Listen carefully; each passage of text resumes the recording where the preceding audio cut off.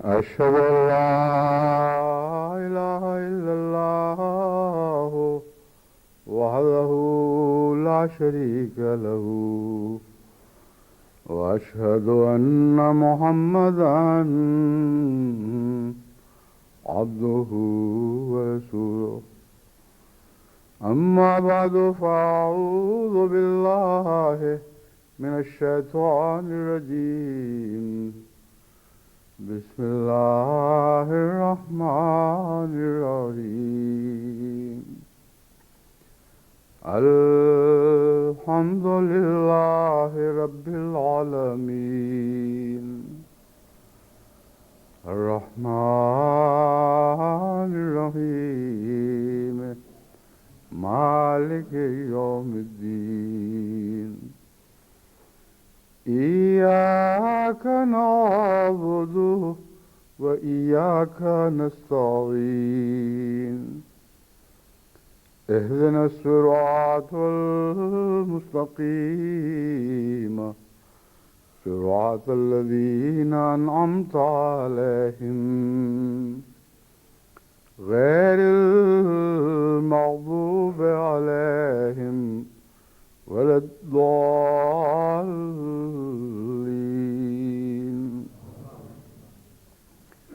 وإلهكم إله واحد لا إله إلا هو لا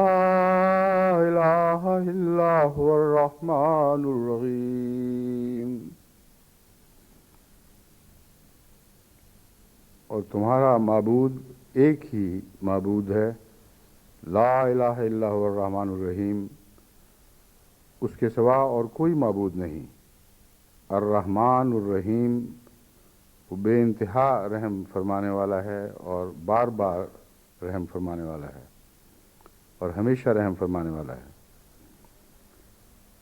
صفات باری تعالیٰ بلکہ اسماء باری تعالیٰ کے ذکر میں آج کے مضمون میں سب سے پہلے تو لفظ اللہ سے متعلق کچھ تعارف کروانا چاہتا ہوں۔ یہ مضمون بعض اور مطالب پر پھیلے گا، لیکن سب سے پہلے جو مرکزی نقطہ ہے اسماء کا، اس کے متعلق کچھ پہلے کی نسبت جماعت کو زیادہ علم ہونا چاہیے، اور اکثریت ان باریک بحثوں وہ غیر ضروری سمجھ کر ان کی طرف توجہ ہی نہیں کرتی، لیکن تمام پرانے علماء نے بھی اور پھر اس زمانے میں حضرت اقدس مسیح موعود علیہ السلام نے بھی ان مضامین کو اٹھایا ہے اور ان کے مختلف پہلوؤں پر روشنی ڈالی ہے۔ کیونکہ اسماء کا مضمون بہت اہم ہے، اس لیے خدا تعالیٰ کے مرکزی نام کا ذکر کیے بغیر یہ مضمون آگے بڑھ نہیں سکتا۔ لفظ اللہ کیا ہے؟ قرآن کریم کے بیان کے مطابق اللہ کا نام اللہ ہے، اور اس نام میں اور کوئی شریک نہیں ہے، اور کبھی بھی انسان نے خدا کے سوا یہ کسی اور شخص پر اطلاق ہوتا ہوا نہیں دیکھا۔ تو ان معنوں میں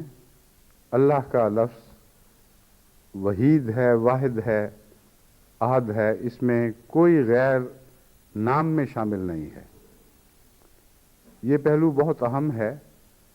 کیونکہ اس پہلو پر غور کرتے ہوئے انسان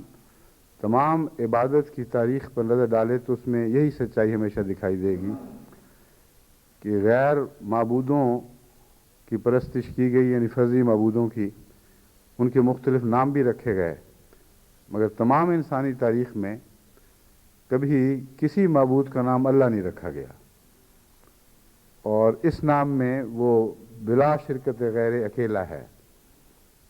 سوال یہ ہے کہ یہ نام کچھ معنی رکھتا ہے یا محض ایک نام ہے؟ اس سلسلے میں علماء یہ گفتگو کرتے ہیں کہ بعض نام مشتق ہوتے ہیں اور بعض جامد۔ مشتق اس نام کو کہتے ہیں جو نام تو ہے مگر بعض ایسے دوسرے معانی سے تشکیل پاتا ہے یا ترکیب پاتا ہے جو عام ہیں، ان سے ایک نام بنایا جاتا ہے اور ایک شخص کو دے دیا جاتا ہے۔ مثلا حامد ہے، محمود ہے، مبارک ہے، یہ سارے وہ نام ہیں جو حمد اور برکت سے نکلے ہوئے ہیں، اور ان ناموں میں اگرچہ جب کسی کی طرف منسوب کر دیے جائیں تو خصوصیت آ جاتی ہے، مگر بنیادی طور پر معنی وہی ہیں جو جن معنوں سے وہ نام اٹھائے گئے ہیں، جن معنوں سے وہ بنائے گئے ہیں۔ تو معنی والے نام وہ نام ہیں جو کسی ایک مٹی سے تشکیل پاتے ہیں، اور اس مٹی کو گوندھ کر اس کا ایک نام بنا دیا جائے تو اس کو مشتق نام کہتے ہیں۔ اور جامد اس کو کہتے ہیں جس کا نام رکھنے والا خود ہی اس کا خالق ہے اور کوئی اس نام کو تجویز نہیں کرتا، اور معنوں کے لحاظ سے کسی عام معنی سے وہ نہیں نکلے ہوئے۔ اس تعلق میں جو پرانے علماء نے بحثیں اٹھائی ہیں، ان میں سے بعض لوگ تو شدت کے ساتھ اللہ کے جامد ہونے پر زور دیتے ہیں اور اسی پر بات کو ختم کر دیتے ہیں کہ اللہ ایک ایسا نام ہے جو محض نام ہے، اس میں اور کوئی معنی نہیں پائے جاتے، اس لیے یہ بحث ہی جائز نہیں، اس بات میں سوچنا بھی گناہ ہے کہ اللہ کے کیا معنی ہیں۔ اور بعض دوسرے ہیں جن میں بڑے بڑے چوٹی کے ائمہ بھی شامل ہیں، مثلا حضرت امام راغب بھی ان میں سے ہی ہیں۔ وہ یہ کہتے ہیں کہ دراصل یہ مشتق ہے لفظ الہ سے، الوہیت اس کا مادہ ہے۔ الوہیت کہتے ہیں معبودیت کو، یعنی جس میں ایسا وجود جس کی عبادت کی جائے اس کو الہ کہتے ہیں۔ تو وہ کہتے ہیں اللفظ جب الہ پہ لگ گیا تو پھر ایک ہی وجود کے لیے خاص ہو گیا، یعنی جس کو ہم اللہ کہتے ہیں، اور الہ میں سے الف بیچ کا گر گیا اور اللہ بن گیا۔ اس سلسلے میں اور علماء مثلا صاحب کشاف نے بھی، علامہ زمخشری نے بھی یہی مضمون بیان کیا ہے، سیبوے کے حوالے سے بھی یہ بیان کیا گیا ہے۔ بہت سے علماء اس کو مشتق کہتے ہیں، لیکن اس کے باوجود خدا کا ذاتی نام بھی قرار دیتے ہیں۔ حضرت اقدس مسیح موعود علیہ الصلوۃ والسلام نے بڑی وضاحت کے ساتھ اس میں جامد قرار دیا ہے، اور یہ غلط فرمایا، یہ بالکل غلط ہے کہ دوسرے کسی مادے سے یہ بنایا گیا ہے، بلکہ وہ نام ہے جو اللہ کا نام ہے اور اللہ ہی کا ہے، اس میں اس کے معنی میں کوئی اور شریک نہیں ہے۔ اور جہاں تک اس کے معنی کا تعلق ہے، آپ یہ نہیں فرماتے کہ چونکہ یہ مشتق نہیں ہے، کسی بامعنی لفظ سے نہیں نکلا ہوا، اس لیے بے معنی ہے۔ یہ فرق ہے آپ کے موقف میں اور گزشتہ جو مفکرین اسلام میں گزرے ہیں ان کے موقف میں۔ آپ فرماتے ہیں جامد ہے، مگر جامد ان معنوں میں، یعنی یہ حضرت مسیح موعود علیہ السلام کی تحریروں سے جو میں سمجھا ہوں میں وہ اپنے لفظوں میں بیان کر رہا ہوں۔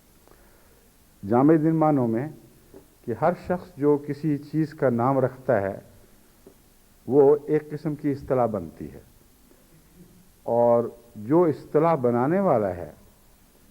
وہ اس اصطلاح کے معنی بھی بتاتا ہے۔ بس اگرچہ کہ وہ اصطلاح کسی اور چیز سے نہ بنی ہو،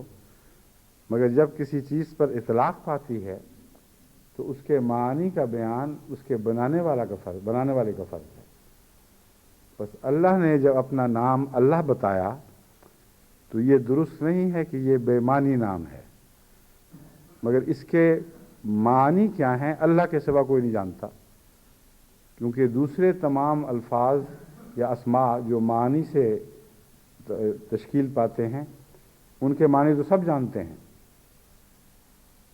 مگر اس کا معنی کوئی اور جان ہی نہیں سکتا، کیونکہ یہ اللہ تعالیٰ نے اپنی ذات کا نام بیان فرمایا ہے۔ بس اللہ ہی ہے جو اس کے معنی بیان کرتا ہے۔ بس جوں جوں ان معنی پر نظر پڑتی چلی جاتی ہے، اللہ غیر معمولی طور پر اپنے معنی کے لحاظ سے وسعت اختیار کرتا چلا جاتا ہے لفظ اللہ، اور جتنے زیادہ معنی اس کے بیان کیے جائیں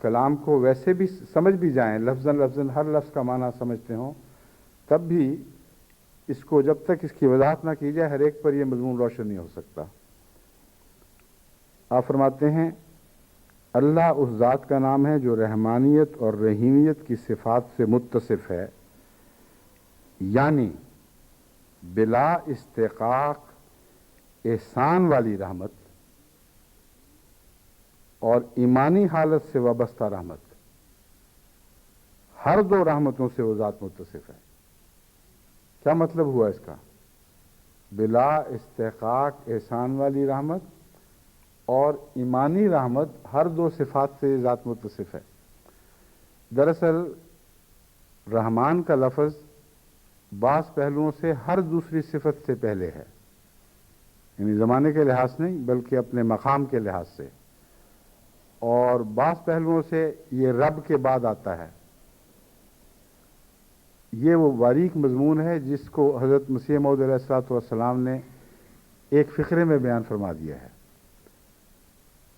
اللہ رحمان ہے، اور رحمان وہ ہے جس نے پیدا کیا ہے، جس نے نہ صرف یہ کہ انسان کو پیدا کیا بلکہ کلام الہی کا خالق، یا خالق نہ کہیں تو کلام الہی کا منبع بھی اللہ ہی، رحمان ہی ہے۔ الرحمن علم القرآن خلق الانسان علمہ البیان۔ رحمان کی طرف یہاں اللہ نہیں فرمایا گیا، رحمان کہہ کر یہ دو معنی بیان فرمائے کہ وہ تخلیق کا اول ہے، ہر تخلیق اسی سے نکلی ہے، اور انسان کو پیش کیا ہے تخلیق کے نمونے کے طور پر، کیونکہ تخلیق کا آخری نقطہ انسان ہے۔ اگر انسان کو رحمان نے پیدا کیا ہے تو چونکہ ہر چیز انسان کو پیدا کرنے کی خاطر بنائی گئی، اس لیے رحمانیت میں ہر وہ چیز داخل ہو گئی۔ پھر فرمایا قرآن کریم یہ بھی رحمان نے بنایا ہے۔ خلق الانسان کا لفظ کے ساتھ قرآن کے لیے خلق نہیں فرمایا، لیکن یہ فرمایا علم القرآن۔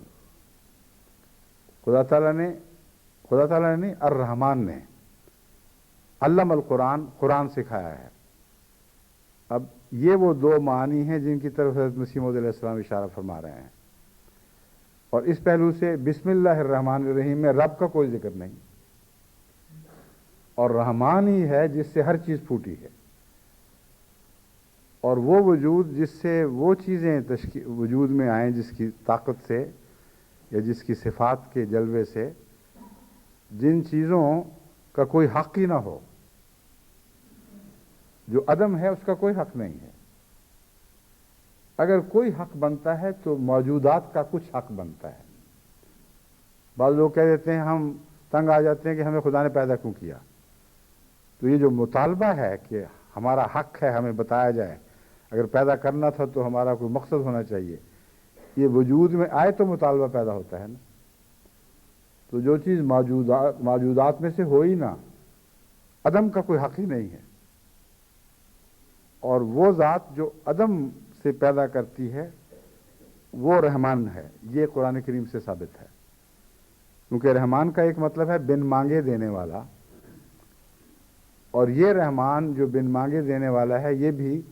عام مادہ رحم سے ثابت نہیں ہے۔ اللہ کے حوالے سے جب غور کرتے ہیں تو پھر وہ مضمون سمجھ آتا ہے، ورنہ نہیں آ سکتا۔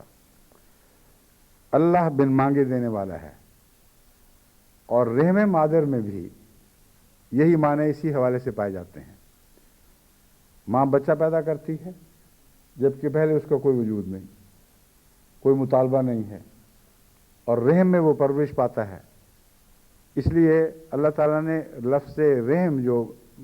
یوٹرس کے اوپر اطلاق پاتا ہے، جہاں جنین بنتا ہے، اس کا تعلق رحمانیت سے جوڑ دیا، اور آن حضرت صلی اللہ علیہ وآلہ وسلم نے کھل کر یہ مضمون بڑی وضاحت سے بیان فرمایا ہے کہ جو شخص رحم سے تعلق کاٹے گا، یعنی رحمی رشتوں کا خیال نہیں رکھے گا، اس کا رحمان خدا سے بھی تعلق کٹ جائے گا، کیونکہ دونوں کا اصل ایک ہے۔ تو تو بن مانگے دینے کا جو مضمون ہے وہ ماں کے حوالے سے کبھی سمجھ نہیں آیا کسی کو،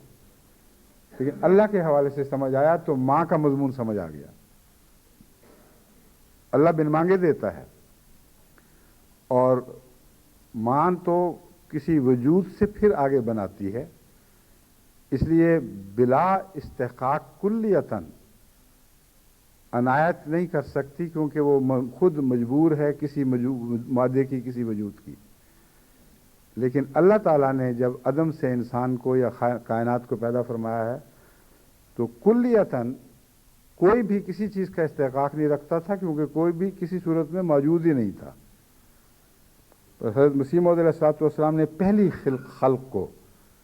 جو رحمان سے وجود میں آتی ہے ان معنوں میں بیان فرمایا، یعنی بلا استحقاق احسان والی رحمت، وہ رحمت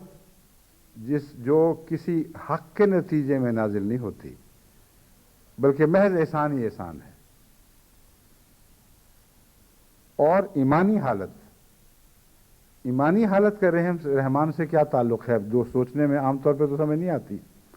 مگر حضرت مسیح موعود علیہ السلام یہ مضمون ایک تو اس آیت کے حوالے سے بیان فرما رہے ہیں، الرحمن علم القرآن، یہ رحمان ہی ہے جس نے قرآن سکھایا ہے۔ بس تمام روحانی اور ایمانی حالتیں قرآن میں موجود ہیں، اور وہ رحمان سے نکلی ہیں۔ دوسرا، سورہ فاتحہ پر جب غور کرتے ہیں تو وہ آیت جو ہر دفعہ دہرائی جاتی ہے سوائے ایک سورت کے، بسم اللہ الرحمن الرحیم، وہ رحمان اور رحیم کو پہلے بیان کرتی ہیں، اور سورہ فاتحہ رحمان کو بعد میں بیان کرتی ہے اور ربوبیت کو پہلے بیان کرتی ہے۔ الحمدللہ رب العالمین، اللہ تمام جہانوں کا رب ہے، اور پھر فرمایا الرحمن الرحیم، وہ رحمان بھی ہے اور رحیم بھی ہے۔ ان معنوں میں حضرت مسیح موعود علیہ السلام ربوبیت کو اول اور رحمانیت اور رحیمیت کو اس کے بعد بیان کرتے ہیں، کیونکہ سورہ فاتحہ نے اسی طرح بیان فرمایا ہے۔ مگر یہ روحانی دنیا سے تعلق رکھنے والا مضمون ہے۔ جب کچھ بھی نہیں تھا اس وقت خدا نے یعنی بحیثیت رحمان سب کچھ عطا کیا، جب سب کچھ ہو گیا تو اس کو تربیت دے کر آگے بڑھانا بھی خدا تعالیٰ کی صفات میں داخل ہے، اور تربیت دے کر آگے بڑھانا جب روحانی دنیا سے تعلق رکھے تو وہاں ربوبیت کے بعد سب سے پہلے الرحمن الرحیم کا ذکر ملتا ہے، اور پھر مالک یوم الدین کا ذکر ضروری ہے، کیونکہ اگر ایک مقصد کی خاطر تربیت دے کر آگے بڑھایا جا رہا ہے تو پھر امتحان بھی ہوگا اور جزا سزا بھی ہوں گے۔ تو حضرت مسیح موعود علیہ السلام کے اس فقرے کے یہ معنی ہوئے، بلا استحقاق احسان والی رحمت جو عام ہے، سب دنیا میں ساری کائنات پر عام ہے۔ بے جان مادہ بھی اسی رحمت سے پیدا ہوا ہے، اور ایمانی حالت سے وابستہ رحمت جس کا سورہ فاتحہ میں ذکر فرمایا گیا ہے، اور ربوبیت کے بعد رحمان اور رحیم رکھا گیا ہے، یہ رحمت ایمانی حالت سے تعلق رکھتی ہے۔ تو یہ جو صفات باری تعالیٰ ہیں یہ اسماء کہلاتے ہیں صفات، اور اسماء کا علم جو ہے وہ سب سے بڑھ کر حضرت اقدس محمد مصطفیٰ صلی اللہ علیہ وآلہ وسلم کو عطا ہوا، اور اس میں کوئی ادنا بھی شک یا اختلاف کی گنجائش ہی موجود نہیں۔ اسی لیے میں نے گزشتہ خطبے میں بیان کیا تھا کہ حضرت اقدس مسیح موعود علیہ السلام نے آدم کے حوالے سے جو اسماء بیان کیے ہیں وہ دنیا کی زیادہ تر باتیں ہیں۔ قریب تر جو دین کے بات اس حوالے سے بیان فرمائی ہے وہ بھی خالق کے اسماء کے طور پر نہیں بلکہ مخلوق کے بہترین اسماء کے طور پر۔ چنانچہ آپ نے فرمایا کہ آدم کو جو اسماء سب سے پہلے سکھائے گئے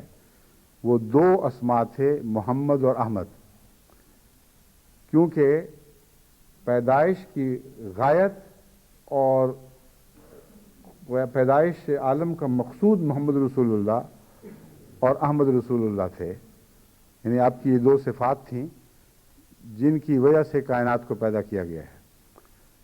تو اب دیکھیں وہاں بھی اسماء باری تعالیٰ کا ذکر نہیں فرمایا، بلکہ خدا تعالیٰ کی مخلوق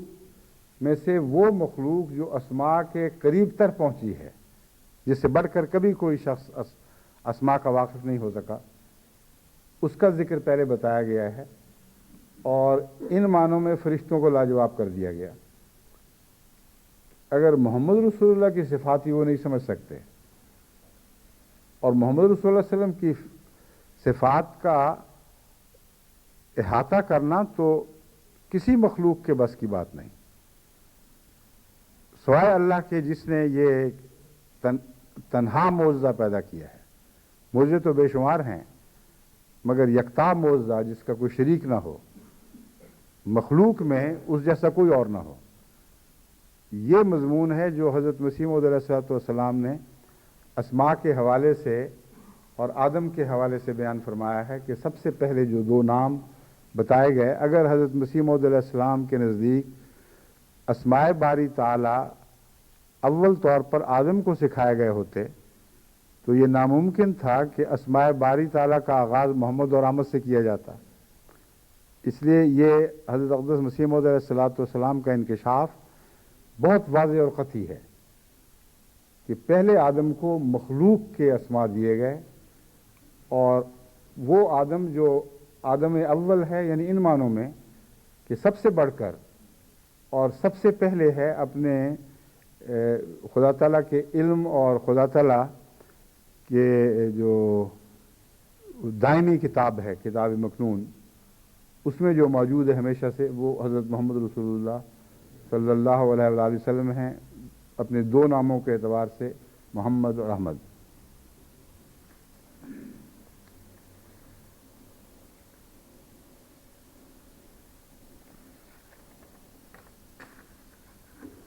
اب سوال یہ ہے کہ یہ اگر یہ اس میں جامد ہے تو وہ بات تو میں نے سمجھا دی کہ اس میں جامد ہونے کے باوجود معانی رکھتا ہے، اور وہ تمام معانی اس میں موجود ہیں جو قرآن کریم بیان فرما رہا ہے، یا جن کے اندر وہ معانی بھی موجود ہیں جو قرآن میں ظاہراً بیان نہیں ہوئے، مگر حضرت اقدس محمد رسول اللہ صلی اللہ علیہ وآلہ وسلم کو ان کا علم دیا گیا، اور قرآن کے معانی سے باہر نہیں ہیں بلکہ اسی کی شاخیں ہیں۔ تو اس پہلو سے اللہ کے نام پر غور کرتے ہوئے جو پہلی بنیادی صفات ابھرتی ہیں وہ دو ہیں، الرحمن اور الرحیم، اور حضرت مسیح موعود علیہ السلام نے انہی دو صفات کے حوالے سے محمد اور احمد کا عرفان پیش کیا ہے۔ آپ کو جو محمد اور احمد ناموں کا عرفان عطا ہوا، آپ نے ان کا تعلق محمد کا رحمان سے باندھا ہے اور احمد کا رحیم سے باندھا ہے، اور بہت ہی عظیم الشان مضمون ہے جو اپنی ذات میں ہی لمبے غور اور بار بار کی غوطہ خوری کو چاہتا ہے۔ رحیمیت کے ساتھ احمد کا تعلق ایک اور معنی بھی رکھتا ہے جو خاص طور پر ہمارے توجہ کے مستحق ہیں، یا اگر نہیں کھینچ سکے تو کھینچنا چاہیے۔ رحیمیت میں بار بار کے معنی ہیں، اور رحمانیت میں آغاز کے معنی ہیں، اور معنوں کے علاوہ یہ دو نمایاں ہیں۔ بس جہاں سے شریعت کا آغاز ہوا ہے وہ محمد ہے، اور دوبارہ محمد کا فیض جو بار بار جاری ہوگا اس میں رحیمیت کے معنی پائے جاتے ہیں۔ رحمانیت نے سب کچھ دے دیا، شریعت کامل ہو گئی، نعمتیں تمام کو پہنچ گئیں، اس کے بعد پھر دوبارہ کیا ضرورت ہے؟ یہ ویسا ہی سوال ہے جیسے کہا جائے جو رحمان نے سب کچھ عطا کر دیا، جو ضرورتیں تھیں ہمیشہ ہمیشہ کے لیے وہ ساری پوری کر دیں، تو پھر رحیم کی کیا ضرورت ہے؟ تو رحیم وہ ہے جو ان نعمتوں کو بار بار لے کے آتا ہے اور ساتھ نہیں چھوڑتا۔ تو شان احمد وہ ہے جس نے اس وقت پھر دوبارہ رحمانیت کا جلوہ دکھانا تھا، یعنی وہ جلوے جو رحمان کے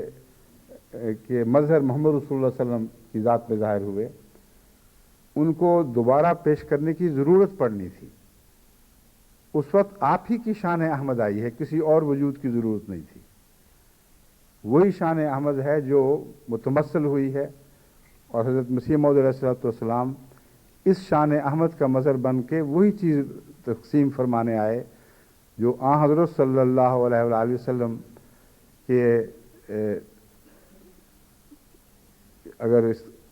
کھانے تقسیم کی بات، رزق کی تقسیم کی بات کی جائے تو ذہن میں آپ کے لنگر کی نعمتیں تھیں، یا آپ کے خان کی نعمتیں تھیں، یا آپ کا مائدہ تھا۔ اور اگر خزانوں کی بات کی جائے تو محمد رسول اللہ صلی اللہ علیہ وسلم کا مخزن ہی ہے، آپ ہی کے خزانے ہیں جن کے دوبارہ لوٹانے کی ضرورت پیش آئی تو حضرت مسیح موعود علیہ السلام کو بھیجا گیا۔ بس محمد اور احمد کا رحمان اور رحیم سے تعلق جوڑنا یہ انسان کے بس کی بات نہیں، یہ الہی علم کے نتیجے میں حضرت مسیح موعود علیہ السلام کو اس کا عرفان نصیب ہوا، اور اس پر پھر مزید غور کرتے چلے جانے کی ضرورت ہے۔ اور بہت سے نکات اس میں شامل ہیں جو ضروری نہیں کہ سرسری آنکھ سے یا بعض دفعہ گہری نظر سے بھی فوراً دکھائی دیں، اور بعض خزانے ہیں جو دکھائی دینے کے باوجود اپنے مخفی معنی تہ بتہ رکھتے ہیں، اور ان تک رسائی محض انسانی کوشش سے نہیں ہوتی بلکہ اللہ تعالیٰ کا فضل اور اس کی رحمت اور اس کا اذن ضروری ہے۔ دنیا دار سمجھتے ہیں کہ اس زمانے میں دیکھو کتنے خزانے دریافت ہو گئے، مگر میں نے پہلے بھی حوالہ دیا تھا قرآن کریم کی اس آیت کا، یہ جو خزانے ہم سمجھ رہے ہیں کہ انسان خود ہی دریافت کرے، غلط ہے۔ ان کا وقت آ چکا تھا بِأَنَّ رَبَّكَ أَوْحَىٰ، اس لیے یہ خزانے ان لوگوں کے علم میں آئے ہیں کہ اے محمد تیرے رب نے وحی کی ہے، اے مخفی خزانوں ظاہر ہو جاؤ۔ اور جب تک تیرے رب کی یہ تقدیر جاری نہ ہوتی، کسی انسان کے بس کی بات نہیں تھی کہ ان مخفی خزانوں کی اطلاع پا سکتا۔ بس یہ بدرجہ اولا قرآن کریم پر اطلاق پانے والا مضمون ہے، اور اسماء باری تعالیٰ پر، کیونکہ قرآن دراصل اسماء باری تعالیٰ ہی کا بیان ہے۔ اب ایک اور بحث بڑی دلچسپ ہے کہ اس میں اعظم کیا چیز ہے۔ بہت سے لوگ اس میں اعظم کی تلاش میں رہتے ہیں، کیونکہ بعض احادیث سے یہ بات مستنبط ہوتی ہے کہ خدا تعالیٰ کا ایک اسم اعظم ہے جس کے حوالے سے دعا زیادہ قبول ہوتی ہے۔ تو اسم اعظم وہ کیا ہے، اس سلسلے میں حضرت مسیح موعود علیہ السلام فرماتے ہیں ذات واجب الوجود کا اسم اعظم جو اللہ ہے، یہ نہیں فرمایا کہ اسم اعظم اللہ ہے، جو اللہ ہے کہہ کر کچھ اور مضمون بیان فرما رہے ہیں۔ ذات واجب الوجود کا اسم اعظم جو اللہ ہے، جو اصطلاح قرآنی ربانی کی روح سے ذات مستجمع جمیع صفات کاملہ اور منزہ عن جمیع رذائل اور معبود برحق اور واحد لا شریک اور مبدأ فیوز پر بولا جاتا ہے۔ اب اس پہلو سے اگر اس میں جامد کو وہ غیر معمولی وہ جادو کا لفظ سمجھا جائے جس کے نتیجے میں ادھر نام بولا تو مسئلہ حل ہو گیا، تو یہ مضمون تو لفظ اللہ میں ہمیں دکھائی نہیں دیتا، اس لفظ اللہ میں دکھائی نہیں دیتا جو اکثر لوگوں کی زبان پر جاری ہوتا ہے۔ جھوٹی قسمیں کھانے والے بھی واللہ واللہ ہی کہتے رہتے ہیں، واللہ باللہ تاللہ، یہ عام محاورے ہیں عربوں میں بھی، اور اللہ کی قسم بعض دفعہ گندی باتیں کرتے وقت بھی اللہ کی قسم زبان پہ جاری رہتا ہے، اور اللہ کے حوالے سے ہر مصیبت زدہ دعا کرتا ہے۔ تو پھر اس میں اعظم کا یہ معنی کہ کوئی ایسا نام ہو جیسے الادین کے چراغ کو، یا یوں کہنا چاہیے جو سم کا لفظ تھا کہ وہ بولا جائے تو وہ خزانے کے دروازے کھل جائیں، یہ بالکل غلط بات ہے۔ حضرت مسیح موعود علیہ الصلوۃ والسلام نے اسی لیے یہ نہیں فرمایا کہ اسم اعظم اللہ ہے، بس اللہ کہہ دیا کرو ہر بات ہو جائے گی، بلکہ اس اسم اعظم کی ایسی تعریف کر دی جس کے نتیجے میں بہت سی ذمہ داریاں انسان پر عائد ہو جاتی ہیں، اور جب تک ان حقوق کو ادا نہ کرے جو اسم اعظم کے حقوق بندے پر عائد ہوتے ہیں، اس وقت تک وہ اسم اعظم منہ کی بات ہے اور کوئی بھی فائدہ نہیں پہنچا سکتا۔ اور حضرت اقدس محمد رسول اللہ صلی اللہ علیہ وآلہ وسلم نے بھی جہاں اسم اعظم کا ذکر فرمایا ہے وہاں ایک نام کے طور پر نہیں فرمایا، بلکہ اللہ کی صفات بیان کر کے اسے اسم اعظم قرار دیا ہے۔ اور حضرت مسیح موعود علیہ الصلوۃ والسلام اللہ کو اسم اعظم جن معنوں میں قرار دیتے ہیں وہ اس طرح باندھ دیے ہیں کہ آپ کے اس کلام میں یہ موجود ہی نہیں کہ اللہ اسم اعظم ہے۔ فرمایا اللہ جو اسم اعظم ہے یہ معنی رکھتا ہے، ان سے الگ ہو کر وہ اسم اعظم نہیں ہے۔ چنانچہ وہ معنی کیا ہیں؟ ان معنی میں تمام اسماء الہی آ جاتے ہیں۔ دوسرے لفظوں میں اللہ اسم اعظم ہے جب تک ان صفات سے یا ان اسماء سے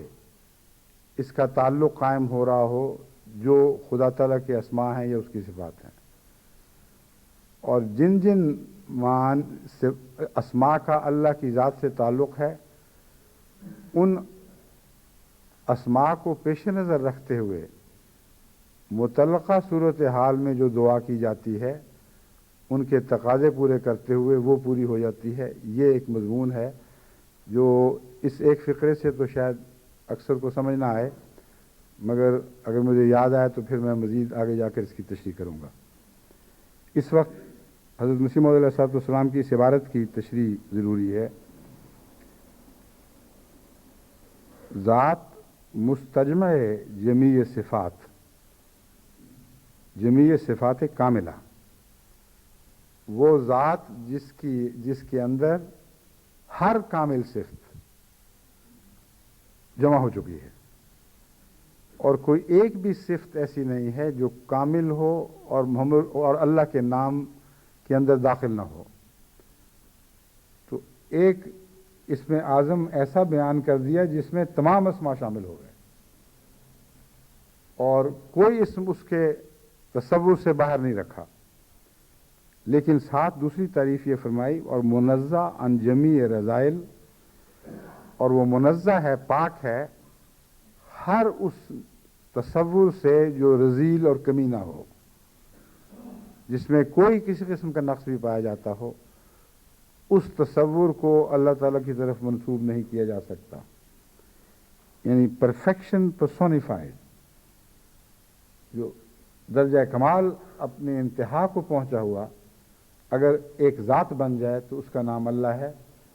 اور اس پہلو سے یہ وہ بن جاتا ہے اسم اعظم جس کے حوالے سے پھر دعائیں قبول ہوتی ہیں۔ پھر فرمایا اور بھی اس کے معنی ہیں جو اس میں برے وقت داخل ہیں، اور معبود برحق، ایسا معبود جو حق ہے، اس کی عبادت جتنی بھی کی جائے وہ اس کو زیبا ہے، اس میں مبالغہ نہیں ہو سکتا،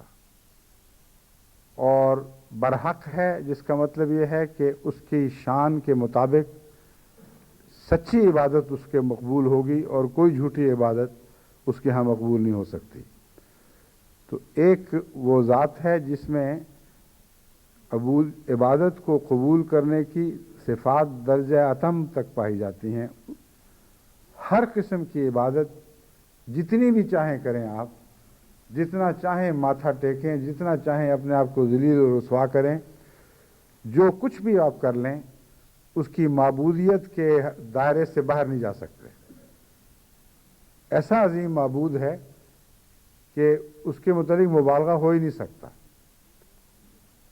اور عبادت کرنے والے کی نسبت سے وہ معبود برحق ان معنوں میں ہوگا کہ کوئی جھوٹی بات تمہاری عبادت میں شامل نہ ہو، کیونکہ وہ حق ہے۔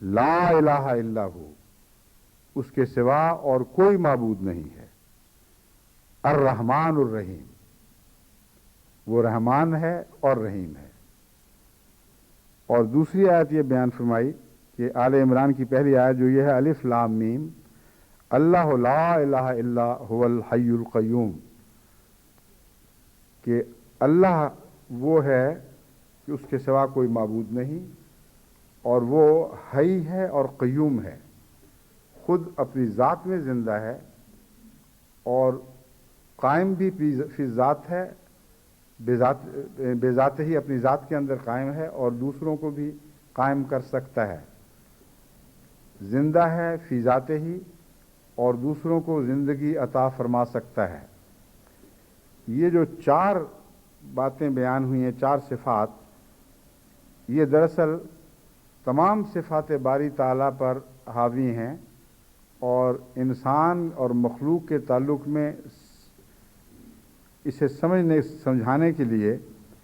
یہ دوسری آیت الحی القیوم بیان فرمائی گئی، حالانکہ پہلی آیت میں بھی تمام صفات کی ماں بیان فرما دی گئی، یعنی الرحمن الرحیم۔ پہلے اللہ، وَإِلَٰهُكُمْ إِلَٰهٌ وَاحِدٌ لَا إِلَٰهَ إِلَّا هُوَ الرَّحْمَٰنُ الرَّحِيمُ،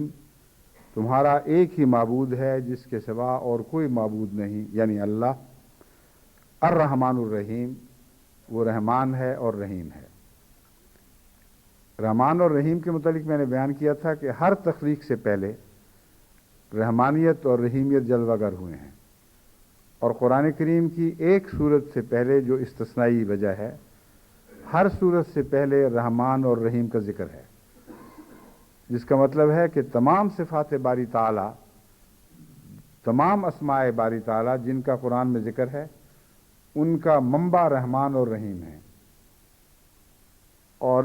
اسی پہلو سے رحمانیت کو ہر دوسری صفت پر غالب قرار دیا گیا، اور رحیمیت رحمانیت ہی کا ایک انداز ہے جسے بعض دوسرے پہلوؤں پر زور دینے کے لیے، انہیں نمایاں کرنے کے لیے بیان فرمایا گیا ہے۔ تو حضرت صلی اللہ علیہ وآلہ وسلم نے بھی اسم اعظم وہ قرار دیا جس کے اندر تمام دوسرے نام شامل ہیں، ایک بھی اس سے باہر نہیں ہے۔ یہ وہ مضمون ہے جس کے متعلق مزید غور کی دعوت دینے کے لیے کچھ وقت چاہیے۔ میں انشاءاللہ آئندہ جمعے میں آپ کو یا اس کے آئندہ بعد آنے والے جمعے میں سمجھاؤں گا، کیونکہ صفات باری تعالیٰ یا بہتر الفاظ میں اسماء باری تعالیٰ کے مضمون پر غور کی دعوت دینا اور یہ نہ سمجھانا کہ کیسے غور کیا جائے، یہ زیادتی ہوگی۔ اب جب مضمون چھیڑا ہے تو میں کوشش یہ کروں گا کہ ہر علمی سطح پر کچھ نہ کچھ اس سے فائدہ اٹھایا جا سکتا ہو، اور تمام دنیا میں جو سننے والے ہیں ان کے اوپر علم کی کوئی کچھ کھڑکیاں کھلیں جس کے ذریعے وہ اپنی اپنی توفیق کے مطابق اللہ تعالیٰ سے تعلق باندھیں۔ اس کے لیے عربی کا تفصیلی علم ہونا ضروری نہیں ہے، کیونکہ قرآن کریم تو سب کے لیے ہے، مگر تفصیلی علم تو ضروری نہیں، مگر جہاں صفات باری تعالیٰ یا اسماء کا ذکر آئے گا وہاں اس حد تک عربی کا علم لازمی ہے، اور اگر براہ راست کسی کو نہ ہو تو وہ علماء سے پوچھ سکتا ہے یا کتب سے ان مضامین کو سمجھ سکتا ہے۔ لیکن یہ جو بنیادی ضرورت ہے یہ پوری ہو جائے تو پھر ہر انسان کے بس میں ہے کہ اگر وہ کوشش کرے اور اخلاص سے کوشش کرے تو خدا کی نظر میں وہ ایسے مرتبے تک پہنچا ہوا شمار ہو جائے۔ یعنی یہ یوں نہیں کہنا چاہیے کہ بس میں ہے، امکان میں ہے۔ ہر شخص کے لیے امکان ہے اس بات کا کہ اس بات کو سمجھنے کے بعد جو میں بیان کر رہا ہوں یا آئندہ کروں گا وہ خدا کی نظر میں اس حد تک آ جائے کہ پھر اللہ اس کا ہاتھ وہاں سے پکڑے اور باقی باتیں اسے خود سمجھائے اور حسب توفیق سمجھائے، حسب ضرورت سمجھائے۔ ہر شخص خدا سے تعلق رکھنے کی جو استطاعتیں لے کے پیدا ہوا ہے، جو اس کی وسعتیں ہیں، ان کا علم بھی صرف اللہ کو ہے۔ اور وہی ہے جو سمجھا سکتا ہے. بس میرا مقصد یہ نہیں ہے کہ میں خدا تعالیٰ کا کوئی ایسا تعارف کرواؤں قرآن کے حوالے سے بظہور کہ جو آپ سب کے لیے کافی ہو جائے. میں اس ارادے سے یہ مضمون بیان کر رہا ہوں کہ وہ طریق سکھاؤں جس طریق سے آپ سب پر خدا تعالیٰ تک پہنچنے کا وہ رستہ حاصل کرنے کا راز مل جائے، یا آپ سب کو وہ راز حاصل ہو جائے، جس کے بعد خدا تعالیٰ وعدہ فرماتا ہے کہ پھر میں خود ہاتھ پکڑتا ہوں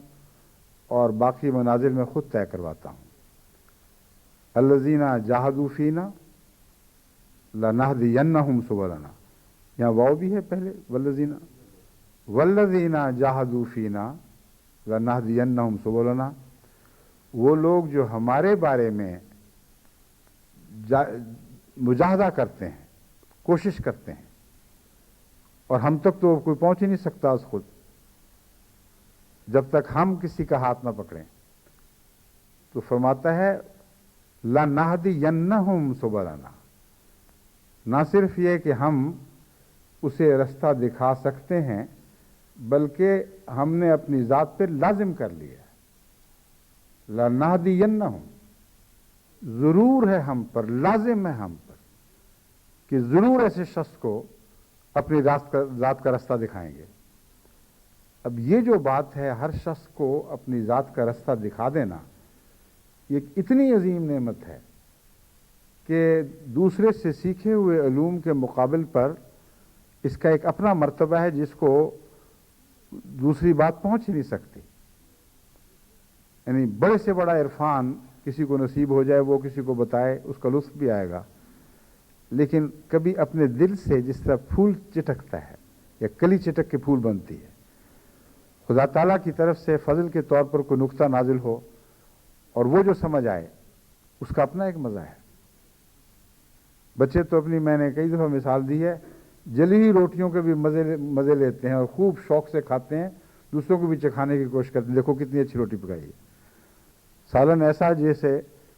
اگر کوئی ماں نے پکایا ہوتا تو بچے پھینک کر باہر بھاگ جاتے بڑے شوق سے کہ کیسا اچھا سالن پکایا. اپنا نقطہ، اپنی چیز اور ہوتی ہے. اپنی بھونڈی سی تصویر بھی بچے نے بنائی ہو تو بعض دفعہ میرے پاس لے آتے ہیں کہ دیکھیں جی کیسی عمدہ تصویر بنائی ہے. وہ الٹی سیدھی تصویریں، نہ رنگوں کی آزمائش، نہ آمیزش، نہ کچھ، اور بہت خوبصورت دوسری تصویروں پر نظر ہی نہیں پڑتی. تو اللہ سے ذاتی تعلق قائم کرنے کی خاطر یہ بات ضروری ہے. محض عرفان الہی کافی نہیں ہے اگر اس عرفان کے ذریعے بندے کا اللہ سے تعلق قائم نہ ہو. بس آئندہ بھی جو خطبات آئیں گے یہ محض علمی بحث کے طور پر میں آپ کے سامنے نہیں رکھ رہا، بلکہ وہ مضمون جو خدا تعالیٰ نے مجھ پہ روشن فرمایا اس کے آگے رستوں کے آگے بڑھتے ہوئے رستے ہیں. مراد یہ ہے کہ مخلوق کا خالق سے وہ تعلق قائم ہو جائے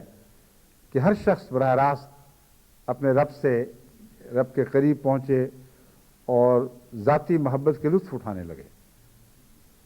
عرفان سے محبت پیدا ہوتی ہے، مگر عرفان وہ جو انسان کو خود نصیب ہو. ورنہ بڑے بڑے علماء ہیں جنہوں نے تمام بڑی بڑی تفاسیروں کے بڑے مطالعے کیے ہوئے ہیں اور ان کے دل خالی ہیں. یہ محبت کا مضمون ایک عجیب مضمون ہے اور یہ سارے مضمون کی جان ہے اسماء کے مضمون کی. اس لیے یہ انشاءاللہ آئندہ، اب تو وقت زیادہ ہو گیا ہے، آئندہ خطبے میں رفتہ رفتہ قدم قدم اس مضمون میں آپ کو ساتھ لے کر آگے بڑھوں گا. اور یہ جو وقت لگ رہا ہے سمجھانے پر، یہ مجبوری ہے، اس کے بغیر آپ اگلے سبق سیکھ نہیں سکیں گے. اس لیے اگر آپ یہ سمجھ رہے ہیں کہ چھوٹی سی بات پر زیادہ زور دیا جا رہا ہے تو غلط فہمی ہے آپ کی. بہت سی ایسی باتیں ہیں جو چھوٹی چھوٹی بھی ہیں تو ان کے سمجھنے کے لیے کچھ وقت چاہیے.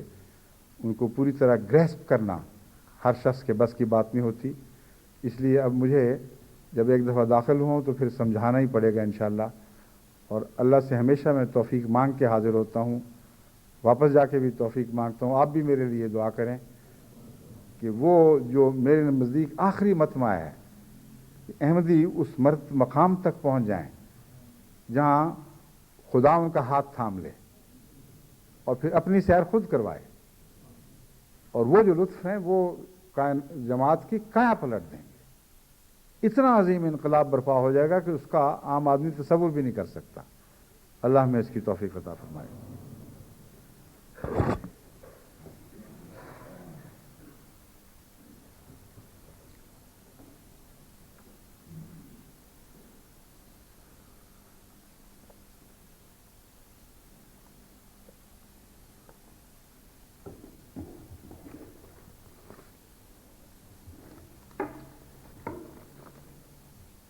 الحمد لله نحمده ونستعينه ونستغفره ونؤمن به ونتوكل عليه ونعوذ بالله من شرور أنفسنا ومن سيئات أعمالنا من يهده الله فلا مضل له ومن يضلله فلا هادي له ونشهد أن لا إله إلا الله وحده لا شريك له ونشهد أن محمدا عبده ورسوله عباد الله رحمكم الله إن الله يأمر بالعدل والإحسان وإيتاء ذي القربى وينهى عن الفحشاء والمنكر والبغي يعظكم لعلكم تذكرون اذكروا الله يذكركم وادعوه يستجب لكم ولذكر الله أكبر